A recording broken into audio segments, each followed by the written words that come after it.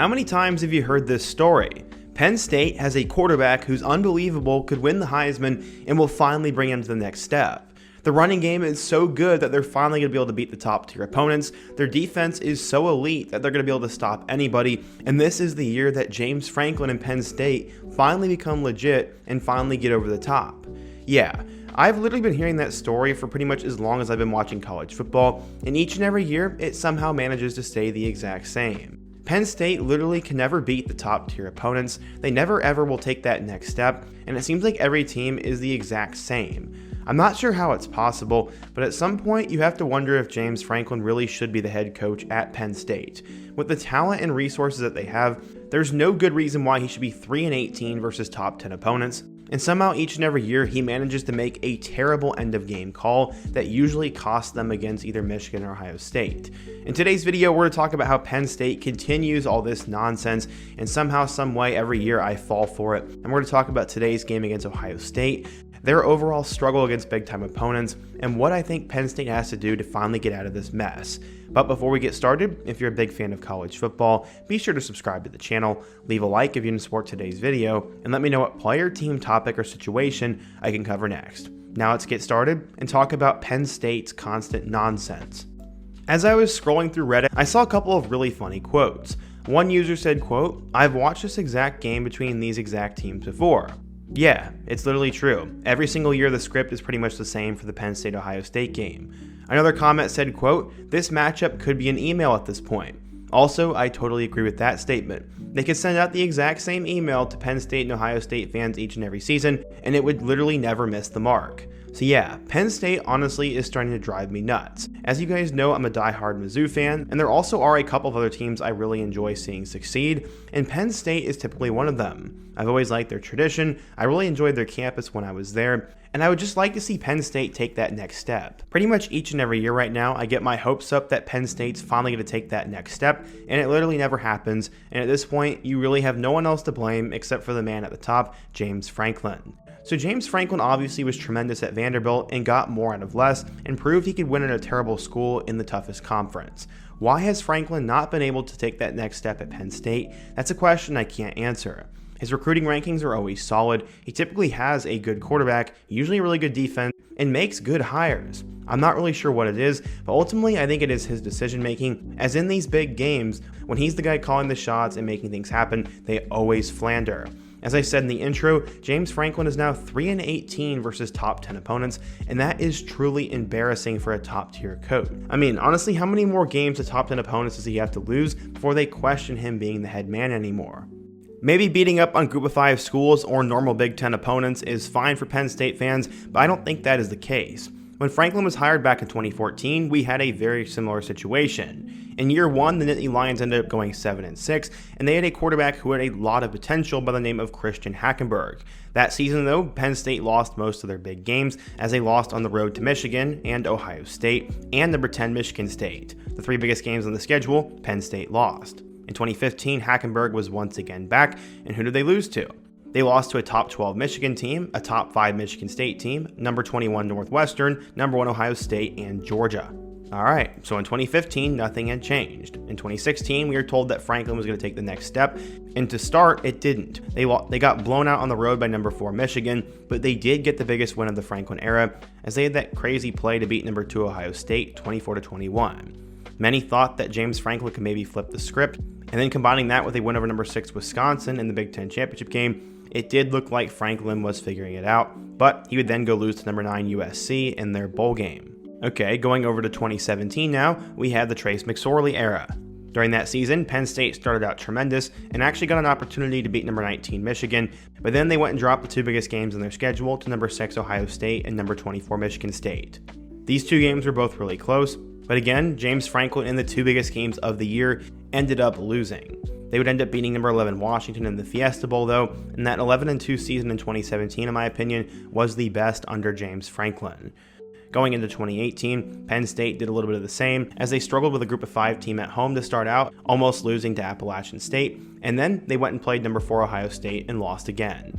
I remember Franklin had that terrible call at the end of that game, and then following that, they lost to Michigan State, and then later in the year, got blown out by number 5 Michigan 42-7. The two biggest games in 2018 they lost, and then they lost to Kentucky in the Citrus Bowl. In 2019, Sean Clifford would take over as quarterback, and he was maybe seen as the guy who could put it all together, but nope, that would not end up happening either.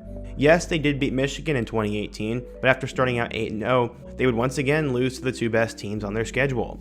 They went and lost to undefeated number 17 Minnesota 31-26, and then 2 weeks later, they ended up losing on the road to Ohio State 28-17. Literally, you cannot make this up. The biggest two games of each and every year, Penn State manages to lose. In 2020, things really went haywire as they started out the season with 5 straight losses to Indiana, Ohio State, Maryland, Nebraska, and Iowa before beating Michigan, Rutgers, Michigan State, and Illinois.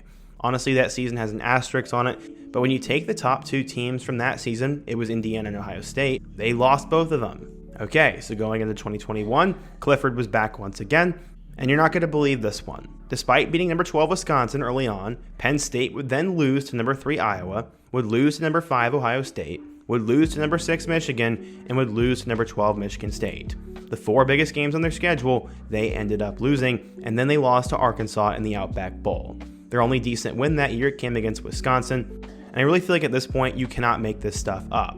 In 2022, the biggest 2 games on their schedule would be Michigan and Ohio State, and guess what? They lost both of them. They lost to number 5 Michigan 41-17 and number 2 Ohio State 44-31. The second best win on their schedule came against Purdue in week 1, but then they did end up beating number 8 Utah in the Rose Bowl, which was a good game for them. In 2023 now, we got a new quarterback by the name of Drew Allar, who had seemingly endless potential and was the quarterback who was finally going to get them over the hump.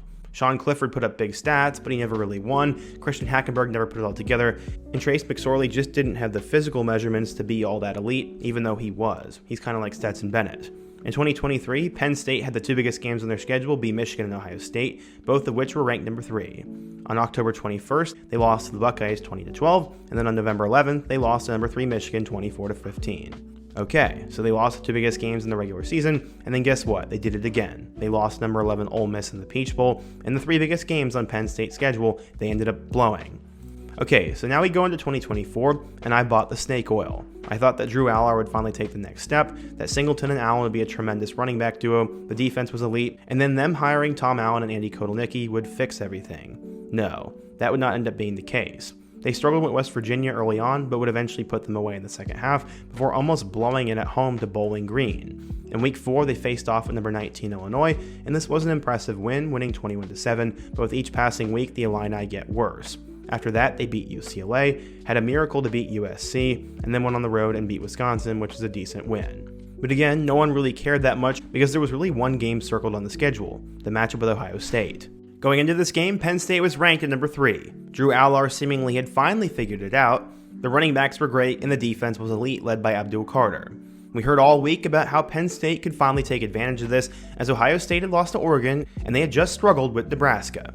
But guess what happened? Penn State ended up losing this game 20-13 after having a couple of stupid plays, a terrible 4th and goal play call, and then at the end of the game, Ohio State just lined up and ran it and won.